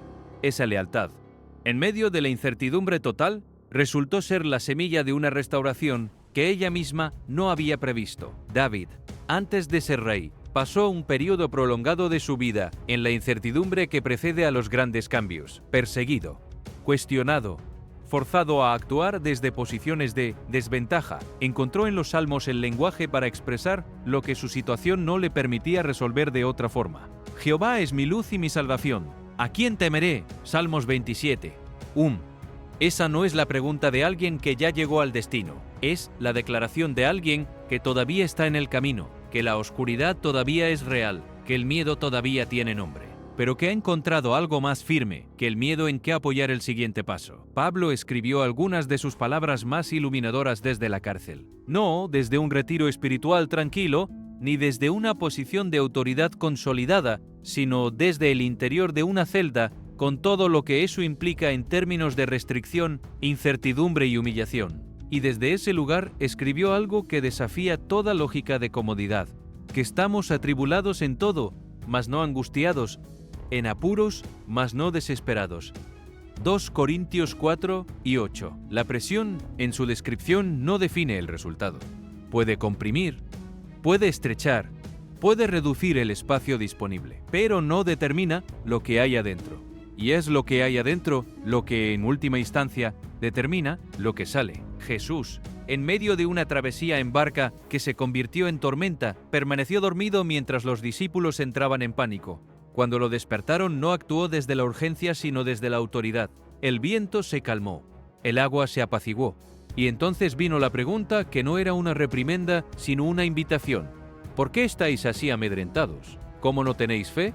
Marcos 4 y 40. El miedo se había amplificado porque la atención estaba puesta en el tamaño de la tormenta. La fe, en ese relato, no es la negación de la tormenta, es la elección de no dejar que la tormenta sea lo único que ocupa el horizonte de la mirada. La parábola de la semilla de mostaza sigue siendo, en su sencillez aparente, una de las imágenes más poderosas sobre la relación entre lo pequeño y lo significativo, una semilla casi invisible al ojo humano, plantada en tierra ordinaria, sin ninguna señal exterior de lo que está gestando. Se convierte con el tiempo en algo que da sombra, que provee refugio, que cumple una función que nadie habría predicho al ver su punto de origen. Si tuvierais fe como un grano de mostaza, nada os será imposible. Mateo 17 y 20. Lo que importa no es la escala del comienzo, importa la dirección, la consistencia y el tiempo. Y en medio de todas estas historias de resistencia y esperanza, hay una enseñanza sobre el presente que es quizás la más difícil de incorporar, la de no cargar el peso del mañana sobre los hombros del hoy. Así que no os afanéis por el día de mañana. Mateo 6 y 34. Esto no cancela la responsabilidad ni elimina la necesidad de planificar. Lo que cancela es la ansiedad que toma el peso de un futuro hipotético y lo coloca sobre el presente real, reduciéndolo. El presente con sus propias demandas y sus propias oportunidades. ya tiene suficiente con lo suyo. El samaritano, que se detuvo en el camino mientras otros pasaron de largo, no tomó esa decisión desde una posición de seguridad perfecta. Tampoco tenía una razón obvia para hacerlo. Actuó desde la compasión, desde la disposición a ver la necesidad que tenía delante y responder a ella con lo que tenía disponible. Amarás a tu prójimo como a ti mismo. Lucas 10 y 27. En un momento de inestabilidad generalizada, cuando la tendencia natural es contraer los círculos de preocupación y centrarse exclusivamente en los propios problemas, ese tipo de expansión deliberada hacia el otro sigue siendo posible y sigue teniendo el mismo efecto que tuvo entonces. Cambia algo en el que da y en el que recibe.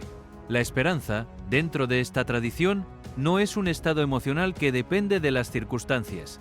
Es una orientación, es una apuesta, es la decisión de actuar como si lo mejor todavía fuera posible, incluso cuando el entorno no lo confirma de manera visible, y el Dios de esperanza os llene de todo gozo y paz en el creer. Romanos 15 y 13. No es la esperanza de quien ya tiene todo resuelto, es la esperanza de quien todavía está en el proceso y que ha encontrado, en medio de ese proceso, un punto de apoyo que no se mueve. Y luego está la imagen, más simple y más profunda que cualquier argumento, de la semilla en la tierra. El crecimiento que no se anuncia, el proceso que ocurre debajo de la superficie, invisible, silencioso, sin señales externas de lo que está sucediendo, arraigados y sobreedificados en él. Colosenses 2 y 7. Las raíces no son espectaculares, no son lo que la gente ve, son lo que sostiene todo lo demás cuando el viento llega. Y construir raíces requiere exactamente el tipo de trabajo que el mundo moderno tiende a subestimar. El trabajo lento, consistente, invisible, hecho en la oscuridad, sin garantía de aplauso inmediato. Hay algo en el hecho de que estas historias hayan sobrevivido tanto tiempo que merece atención. No porque sean relatos de éxito en el sentido convencional. La mayoría de ellos incluyen sufrimiento real, fracasos visibles, periodos largos sin resolución. Lo que tienen en común no es la ausencia de dificultad, sino la presencia de algo que la dificultad no pudo destruir. Y eso es, quizás, el mensaje más relevante para un tiempo en que Jerusalén tiembla y el mundo observa preguntándose qué significa todo esto.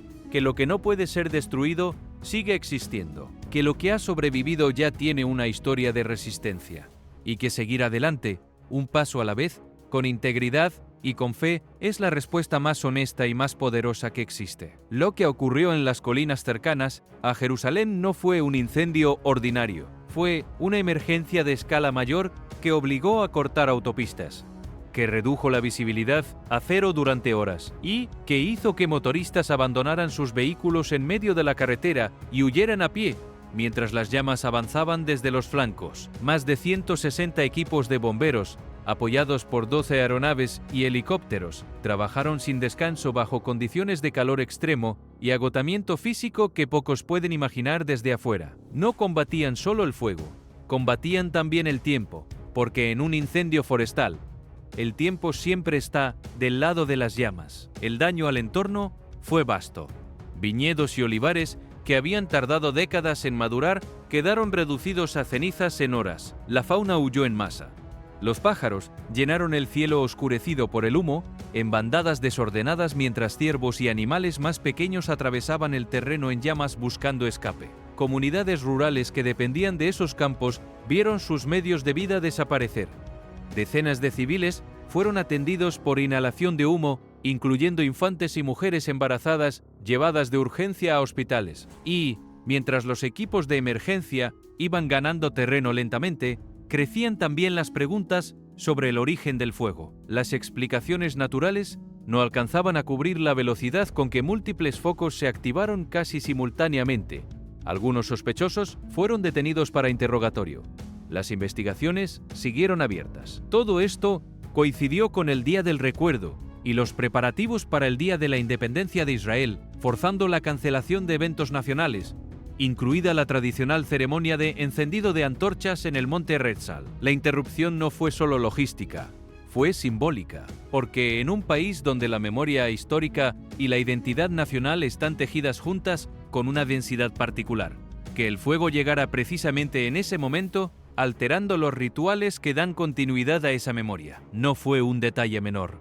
Quienes conocen las Escrituras no pueden leer este tipo de eventos sin que ciertos textos emerjan de manera casi inevitable. En la Biblia, el fuego no es simplemente un fenómeno físico, es un mensajero. Moisés lo encontró en una zarza que ardía sin consumirse y desde ese fuego recibió una misión que redefiniría la historia de un pueblo entero. En el monte Sinaí, la montaña entera tembló y se cubrió de humo y llamas cuando Dios entregó su ley. En el monte Carmelo, Elías pidió una señal y el fuego cayó del cielo, no solo para encender el sacrificio, sino para declarar ante toda Israel quién era el Dios verdadero. En Pentecostés, el Espíritu Santo descendió en lenguas de fuego que se posaron sobre los creyentes y marcaron el inicio de algo que ninguno de ellos habría podido prever desde el lado de adentro. ¿Podría lo que ocurre en Jerusalén hoy ser una señal del mismo tipo? Quienes tienen familiaridad con los patrones de la historia bíblica saben que el fuego divino no llega para ser decorativo, llega para purificar, para revelar, para convocar a una atención que la rutina no había logrado producir. Y el primer ángel tocó la trompeta, y hubo granizo y fuego mezclados con sangre que fueron lanzados sobre la tierra. Apocalipsis 8 y 7.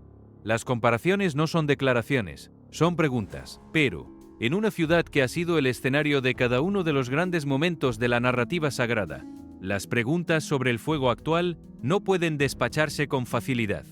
Jerusalén no es una ciudad más en el mapa, es, en la teología cristiana y judía, la ciudad elegida. He elegido a Jerusalén para que en ella esté mi nombre. 2 Crónicas 6 y 6. Esa elección no es un detalle decorativo de la historia antigua, es el fundamento desde el que la ciudad ha sido interpretada, disputada, defendida y lamentada a lo largo de milenios. Cuando Jesús lloró sobre ella, lo hizo desde el conocimiento de lo que era y de lo que le esperaba. Jerusalén, Jerusalén, que matas a los profetas y apedreas a los que son enviados a ti. Lucas 13 y 34. Lucas 13 y 34. Un lamento no es un abandono, es la expresión de lo que ocurre cuando quien ama profundamente ve la distancia entre lo que algo es y lo que podría ser.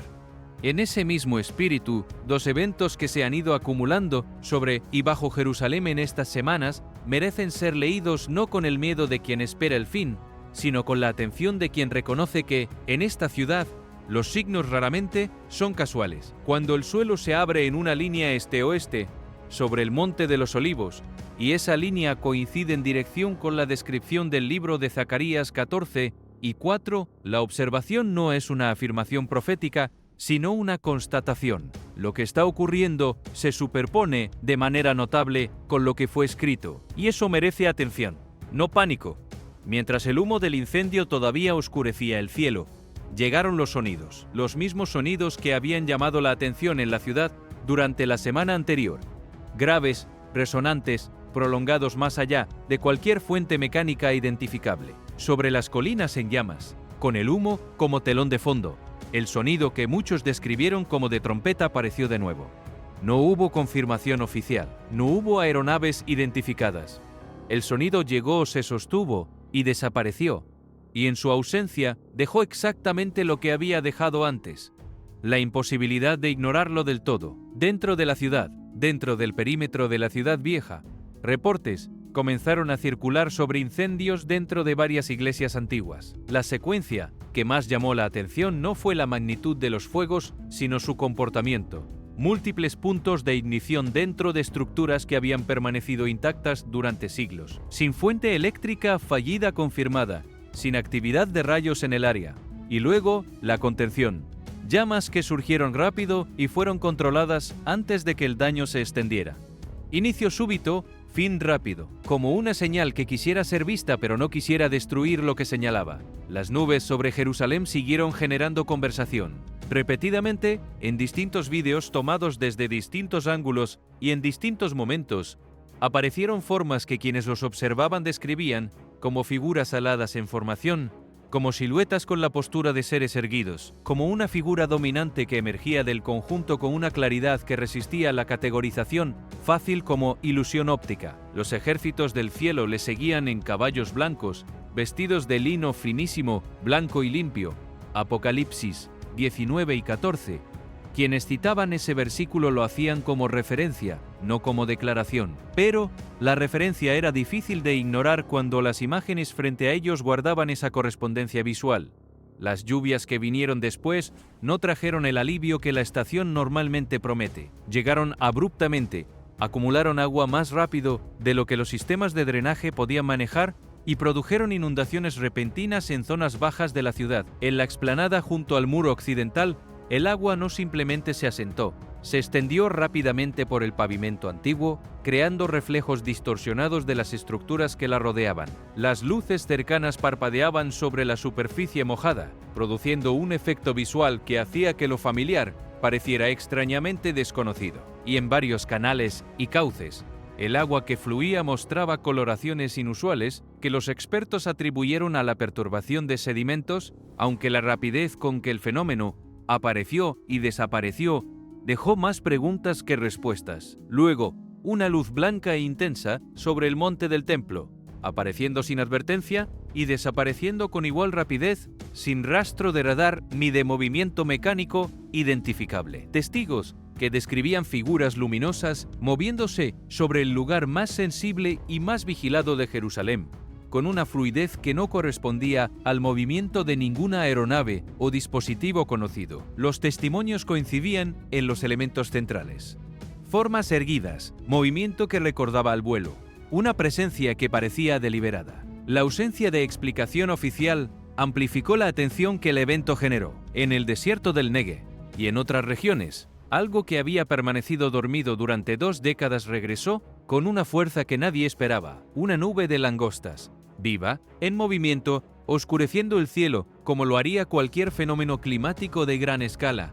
Descendió sobre campos que ya habían sido sometidos a presión por la sequía y el calor. Los científicos explicaron las condiciones que favorecen este tipo de fenómeno.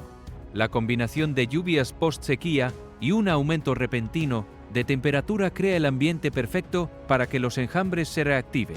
La explicación no hizo que el espectáculo fuera menos impactante, y para quienes conocen las plagas del Éxodo, la imagen de una nube de langostas sobre Israel no llegó sin resonancia. Los ríos Éufrates y Tigris, una vez arterias vitales de las civilizaciones más antiguas del mundo, continúan en un proceso de retracción que amenaza la estabilidad de regiones enteras. El impacto en la agricultura, en las economías locales y en los acuerdos internacionales sobre agua en esa región es concreto y creciente. Reportes de relámpagos impactando la cúpula de la roca durante tormentas y de un sismo que desprendió una pieza del revestimiento de una mezquita cercana al monte del templo añadieron capas adicionales a una conversación que ya era intensa. Cada evento podía explicarse por separado. Juntos, formaban un patrón que resultaba difícil de ignorar. En la iglesia del Santo Sepulcro, algo ocurre cada año que desafía décadas de intentos de explicación. Desde el siglo IX, una llama aparece dentro de la tumba que la tradición cristiana asocia con el lugar donde fue depositado el cuerpo de Jesús. La cámara está sellada con cera por las autoridades israelíes antes de la ceremonia. El patriarca ortodoxo que entra a ella es revisado exhaustivamente antes de hacerlo, sin nada que pueda producir fuego. La iglesia es sumida en oscuridad total. Y entonces, desde el interior del espacio sellado, emerge una llama de color azulado blanco que enciende los candelabros sin que ninguna mano humana pueda ser identificada como su causa. Lo que hace que este evento sea particularmente extraordinario no es solo su origen, sino su comportamiento. Durante los primeros minutos después de aparecer, la llama no quema. Los peregrinos pasan las manos y los rostros a través de ella.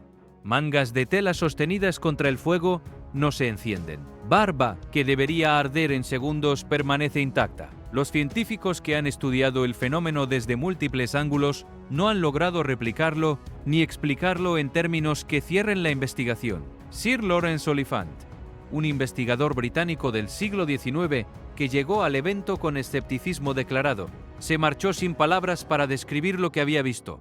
Una llama saltando de candelabro en candelabro, soldados paralizados con lágrimas corriendo por sus caras, un silencio que precedía al estallido de alegría cuando la luz llegaba a la multitud. En 2008, testigos describieron haces de luz azulada disparándose hacia arriba desde el edículo. En 2022, la vela de un peregrino se encendió espontáneamente antes de que el patriarca hubiera salido de la tumba. Otro testigo cercano describió cómo su vela, que estaba apagada, comenzó a brillar suavemente en su mano sin contacto alguno con ninguna fuente de fuego. Decenas de grabaciones muestran llamas moviéndose de maneras que no corresponden al comportamiento conocido del fuego ordinario. El fenómeno se repite año tras año, sin cambios en el procedimiento y sin explicación que haya logrado el consenso de quienes lo estudian. Debajo del Monte de los Olivos, la tecnología moderna ha revelado algo que los siglos habían guardado. Utilizando radar de penetración terrestre combinado con análisis de patrones asistido por inteligencia artificial, los investigadores identificaron una cámara rectangular y simétrica bajo la superficie. Su geometría no corresponde a ninguna estructura arqueológica catalogada en esa área. Su orientación sigue un eje que apunta directamente hacia la Puerta Dorada en el muro oriental de Jerusalén, la misma puerta que permanece sellada y que ocupa un lugar central en varias tradiciones proféticas.